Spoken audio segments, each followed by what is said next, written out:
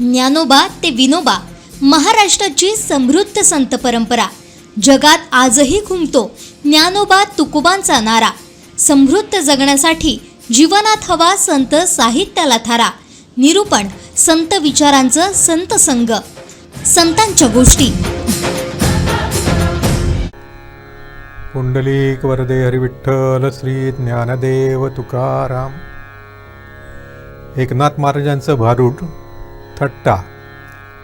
बरी नवे थट्टा, भल्या भल्यासी लावी ते बट्टा. ही जी थट्टा आहे ती म्हणजे कामविकार. कामविकार किती प्रबळ आहे हे नाथ या भारुडातून सांगतायत. त्याचं आपण चिंतन करतो आहोत. नाथ पुढे असं सांगतात, थट्टेने मेला दुर्योधन, भस्मासुर गेला भस्म होऊन.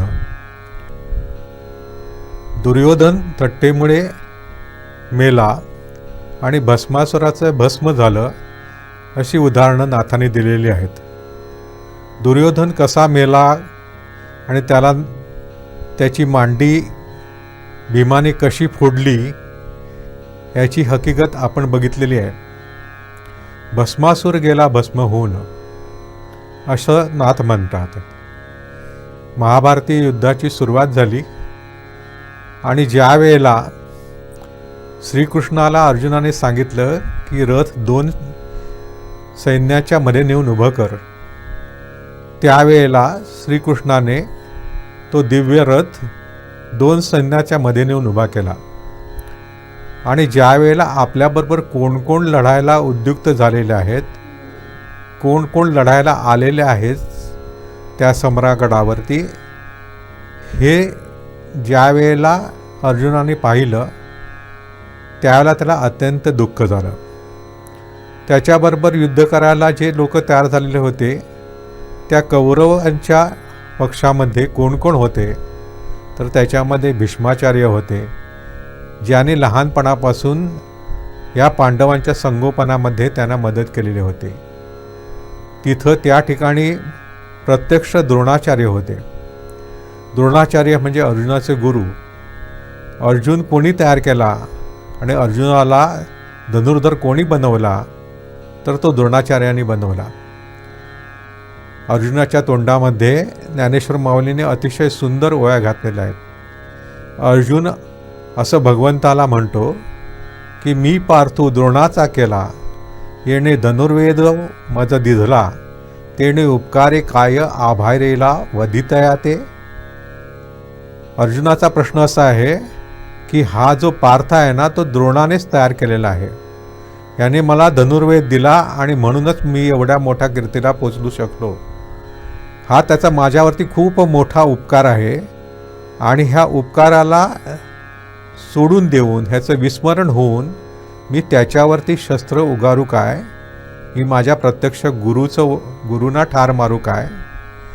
जेथीची या कृपा लाहिजे वरू, तेथेची मने व्यभिचारू, तरी काय मी भस्मासुरू अर्जुन म्हणे.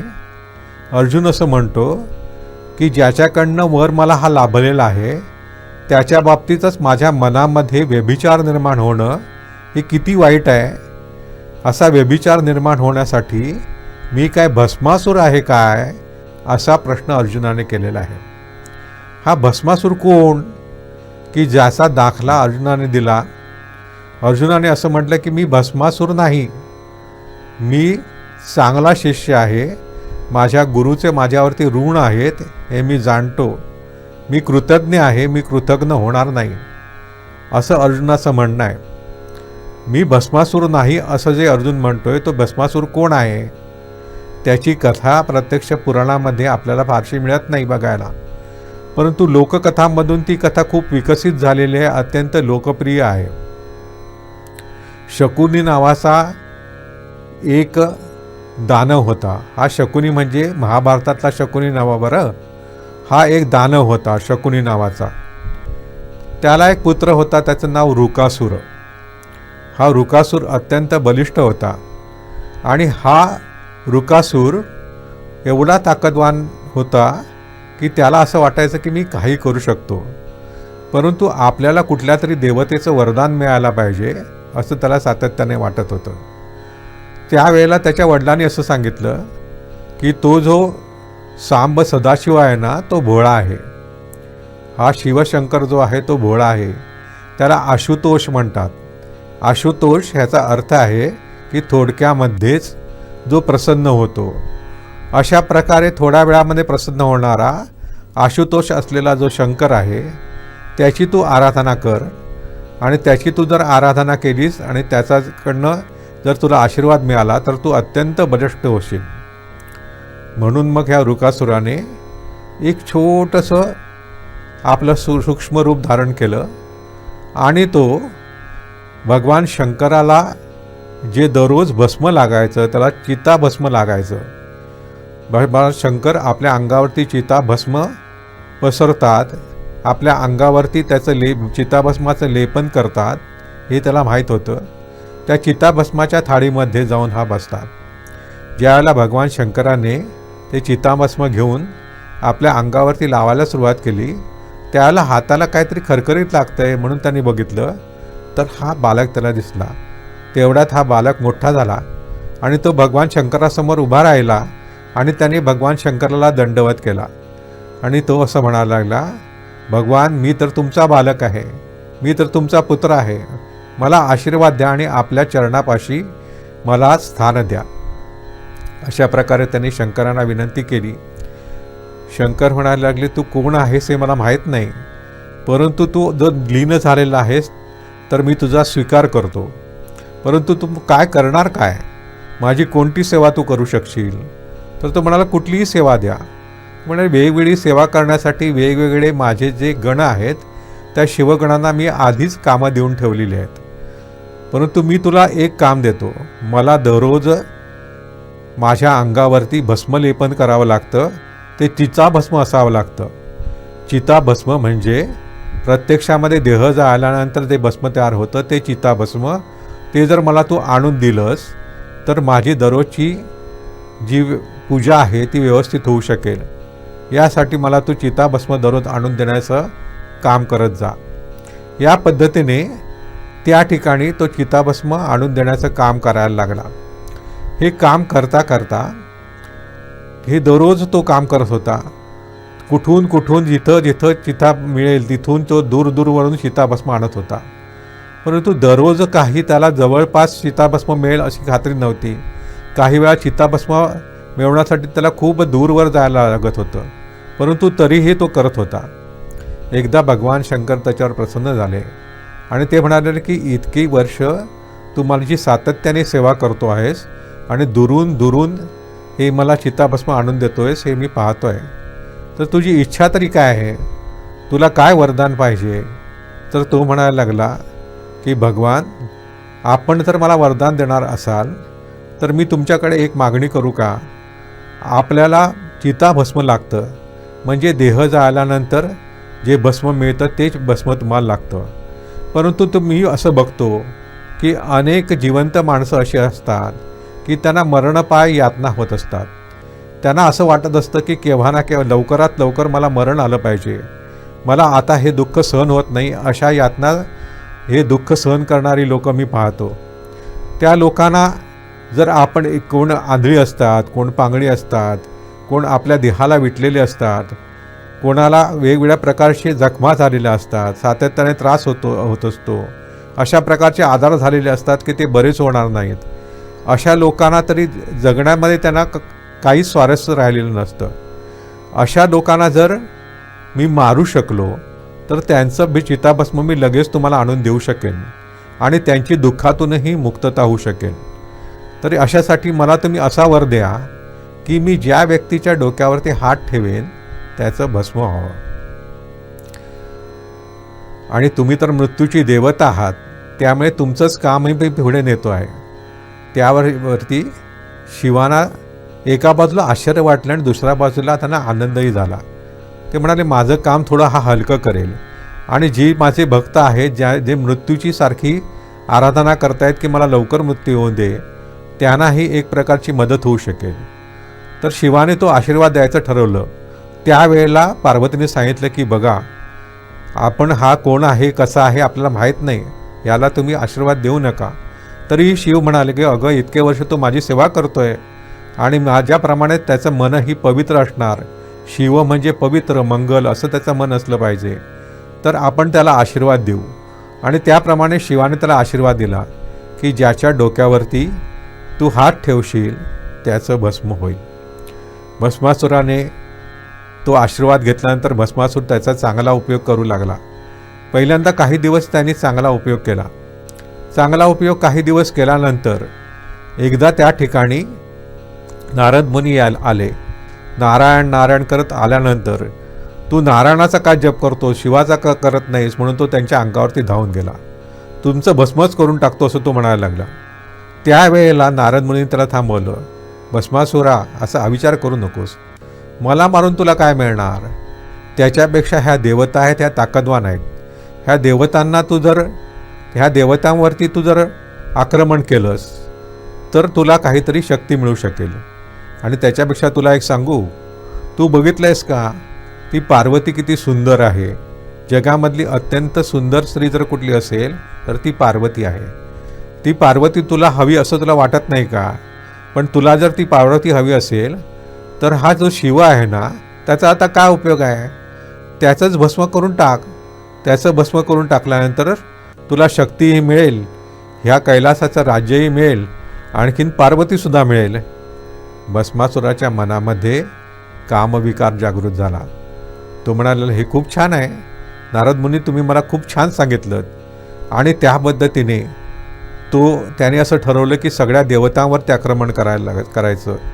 शिवालाही आपण त्याचंही भस्म करून टाकायचं आणि पार्वती मिळवायची. सगळे देव हवालदिल झाले, पळायला लागले. शेवटी तो शिवाकडे आला आणि तो म्हणाला की मी आता तुमचंच भस्म करून टाकतो आणि ही पार्वती मला पाहिजे आहे, तिला मी पत्नी करून टाकतो. शिव म्हणाले, हे काय तुझ्या मनामध्ये हा विकार कसा आला? पार्वती तर तुझी माता आहे. तो म्हणाला, मी असं काही जाणत नाही, ती खूप सुंदर आहे, ती मला हवी. म्हणून शिव म्हणायला लागले की मी तिला देऊ शकत नाही. तेव्हा तो शिवांच्या पाठीमागे लागला.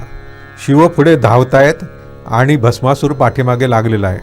शिव म्हणायला लागले की मी ह्याला आशीर्वाद दिला करा, परंतु हा वरदान घेऊन माझ्यावरतीच उलटला आणि माझाच नाश करायला तो आता टपलेला आहे. तो पाठीमागे लागला. आणखीन तो सातत्याने शिव पुढे पळतायत, आणखीन हा पाठीमागे जातोय. पार्वती ही पळायला लागली. पार्वती पळून कुठेतरी लपून बसली. शिव पळत असताना शिव जरा दूर गेले आणि शिवानी एका वटवृक्षाचं रूप धारण केलं. आणखीन ते त्या ठिकाणी वटवृक्ष होऊन राहिले.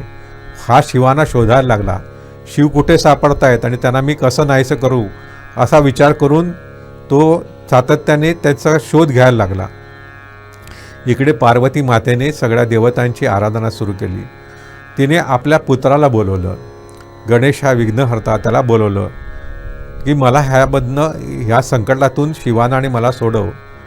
तर गणेश असा म्हणालेला की माते, प्रत्यक्ष माझ्या वडिलांनीच हा आशीर्वाद दिलेला आहे, त्यामुळे त्यांच्या आशीर्वादामध्ये मी विक्षेप करणं हे बरोबर होणार नाही.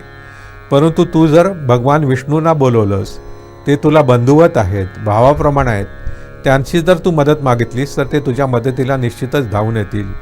अशा प्रकारे ज्यावेळेला गणेशाने सांगितलं त्यावेळेला पार्वतीने विष्णूची आराधना सुरू केली आणि विष्णूचा तिने धावा केल्याबरोबर भगवान विष्णू त्या ठिकाणी आले.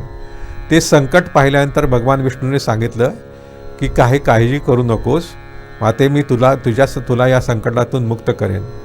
आणि मग भगवान विष्णूने काय केलं तर भगवान विष्णूंनी अत्यंत सुंदर अशा प्रकारच्या, तिला पाहिल्यानंतरच मोह पडावा अशा एक अवतार धारण केला. हा म्हणतात मोहिनी अवतार.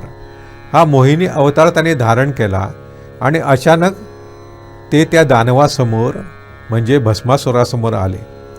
भस्मासुरासमोर ते आल्याबरोबर भस्मासुराला आता तो भस्म करतो सगळ्यांचं म्हणून त्याला वृकासुराचा तो भस्मासूर म्हणून ओळखला जात होता. त्या भस्मासुराच्या समोर ते आल्यानंतर ती अत्यंत सुंदर स्त्री बघितल्यानंतर भस्मासूर पार्वती विसरला आणि तो म्हणाला, ही तिच्यापेक्षा सुंदर आहे, ही आपल्याला मिळायला पाहिजे. म्हणून तो तिच्या पाठीमागे जायला लागला. ती कमनीय अशी ती स्त्री वेगवेगळे त्याच्याकडे हसत पाहत थोडं थोडं दूर जात असं त्याला पाठीमागनं घेऊन जायला लागली. थोड्या वेळाने तिने थांबून असं विचारलं, तू माझ्या पाठीमागे काय येतोयस? तर त्याने विचारलं की मला तुला काही विचारायचं आहे. ती म्हणाली, काय विचारायचं आहे? तर तू अत्यंत सुंदर आहेस, तुझं लग्न झालं आहे का? तर ती म्हणाली की माझं लग्न झालेलं नाही, परंतु मी सुंदर आहे, पण तू सुद्धा सुंदर आहेस, तूही बलवान आहेस. भस्मासुराला आनंद झाला. ती आपल्यालाही बलवान म्हणते, सुंदर म्हणते. मीही सुंदर आहे, तूही सुंदर आहेस, तर तू माझ्याशी विवाह करशील काय? तर ती म्हणायला लागली की मी तुझ्याशी आनंदाने विवाह करेन, परंतु आम्ही आदिवासी लोक आहोत, आम्ही जंगलामध्ये राहणारे लोक आहोत. आमच्यामध्ये एक प्रथा असते की जो कोण माझ्या इतकं सुंदर नृत्य करू शकेल त्याच्याबरोबरच मी विवाह करू शकेन. भस्मासूर थोडासा हिरमुसला. तो म्हणालेला की मी काही नृत्य शिकलेलो नाही आणि मला काय नृत्य करता येत नाही. त्यावेळेला मोहिनी म्हणाली की भस्मासुरा, याच्यामध्ये कायच अवघड नाही, मी तुला एका दिवसामध्ये माझ्यासारखं नृत्य करायला शिकवेन. तर तो म्हणाला की हे फार छान झालं, तू मला आत्ता शिकवशील? हो म्हणाले, आत्ता शिकवेन. कुठं शिकवशील? तो म्हणायला लागले, तो बघ, तो वटवृक्ष आहे ना, ती आमची देवता आहे, त्याच्यासमोर जाऊन आपण नृत्य करू. शिव जे वटवृक्ष झालेले होते त्याच्यासमोर भस्मासूर आणखीन मोहिनी गेली. मोहिनीने एक एक पदन्यास करायला सुरुवात केली. तिने पदन्यास केला.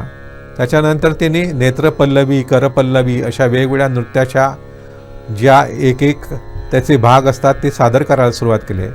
तिला बघून त्याप्रमाणे भस्मासूर करायला लागला. हळूहळू तिने आपल्या नृत्याचा वेग वाढवला, त्याबरोबर भस्मासुरानेही आपल्या नृत्याचा वेग वाढवला. हे करत असता नाचता मोहिनीने एकदा आपला डावा हात आहे तो कमरेवर घेतला आणि आपला उजवा हात हळूच आपल्या डोक्यावरती ठेवला. त्याबरोबर भस्मासुरानेही आपला डावा हात आपल्या कमरेवर घेतला आणि उजवा हात आपल्या डोक्यावरती ठेवला. तात्काळ भस्मासुराचं भस्म झालं. भस्मासूर भस्म होऊन तिथं पडला. भगवान विष्णूने आपलं मूळ रूप धारण केलं, शिवाने आपलं मूळ रूप धारण केलं, पार्वती माता प्रगट झाली. सगळ्या देवांना अत्यंत आनंद झाला. अशा प्रकारे तो भस्मासूर आहे. त्या भस्मासुराचं भस्म कशामुळे झालं? तर भस्मासूर हा कामविकाराच्या अधीन झाला म्हणून त्याचं भस्म झालं, असं एकनाथ महाराज सांगतात.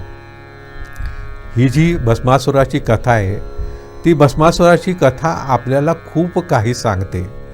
केवळ कामविकाराबद्दल ती आपल्याला जागरूक करते असं नाही, तर ती आपल्याला असं सांगते की ज्ञान, दान, वरदान किंवा मतदान काही असून दे, ती पात्रता पाहूनच द्यावं, अपात्राला देऊ नये.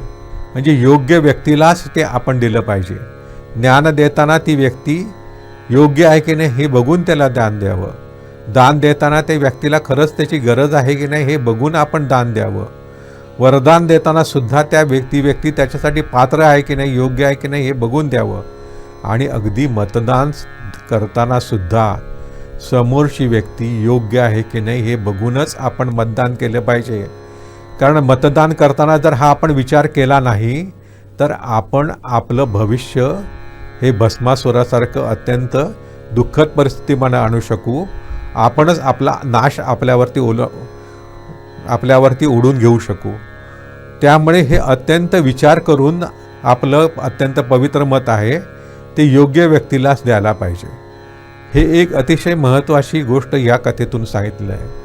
दुसरी महत्त्वाची गोष्ट या कथेतून आपल्याला सांगितली आहे ती अशी की एखादा जर कृतज्ञ माणूस असेल तर त्या माणसाचा उद्धार होतो, परंतु कृतज्ञाला ह्या कृतज्ञतेचं जे पाप आहे त्या पापाला माफी नाही. जर आपल्याला ज्यांनी मदत केलेली आहे, ज्यांनी आपल्याला वरदान दिलेलं आहे, आयुष्यामध्ये ज्यांनी आपल्यावरती उपकार केलेले आहेत, त्याच्याबद्दलच आपण उलटलो आणि त्यालाच बुडवण्याचा प्रयत्न केला तर त्याला माफी मिळत नाही. आपल्या सगळ्या धार्मिक ग्रंथामध्ये हे वारंवार सांगितलं आहे की कृतज्ञाच्या पापाला कोणतीही माफी नाही, कोणतंही प्रायश्चित्त नाही. त्यामुळे आपण कृतज्ञ होता कर्माने आपण सातत्याने आपल्यावरती केले जाणाऱ्या उपकाराचं स्मरण ठेवलं पाहिजे. हेही या कथेमधनं आपल्याला सांगितलेलं आहे. आणखीन एक महत्त्वाची गोष्ट या कथेमधनं अशी सांगितलेली आहे की भस्मासूर म्हणजे कोण? तर भस्मासूर म्हणजे स्वतःचा नाश स्वतः ओढावून घेणारा तो भस्मासूर. माणूस कित्येक वेळेला अशा गोष्टी करतो की तो स्वतःचा नाश स्वतःच ओढावून घेतो. म्हणजे एखादा माणूस समजा व्यसनी झाला तर आपला नाश तो स्वतःच ओढावून घेतो. आपण जर बघितलं तर एखादा माणूस सातत्याने पापकर्माच्या पाठीमागे लागला तर आपला नाश आपण स्वतःच ओढावून घेतो. समोरचा शत्रू अत्यंत बलाढ्य असताना त्याला जर आपण आव्हान द्यायला गेलो तर आपला नाश आपणच ओढावून घेतो. म्हणून माणसाने सावध राहायला पाहिजे. जीवन म्हणजे सावध राहणं, आणि सावध राहिलो तरच आपल्याला आपला उद्धार करणं शक्य आहे, अशी ही भस्मासुराची कथा सांगते. नाथांनी ही कथा आपल्याला सांगितले ती कामविकारच्या संदर्भात, आणि कामविकार आपला कसा नाश करतो हे त्याच्यामधनं नाथांनी सांगितलेलं आहे. त्या विकाराच्या तर आपण आधारे जाताच कामा नये असं आपण आपल्या मनोमन ठरवलं पाहिजे. आज आपण इथेच थांबूया. धन्यवाद.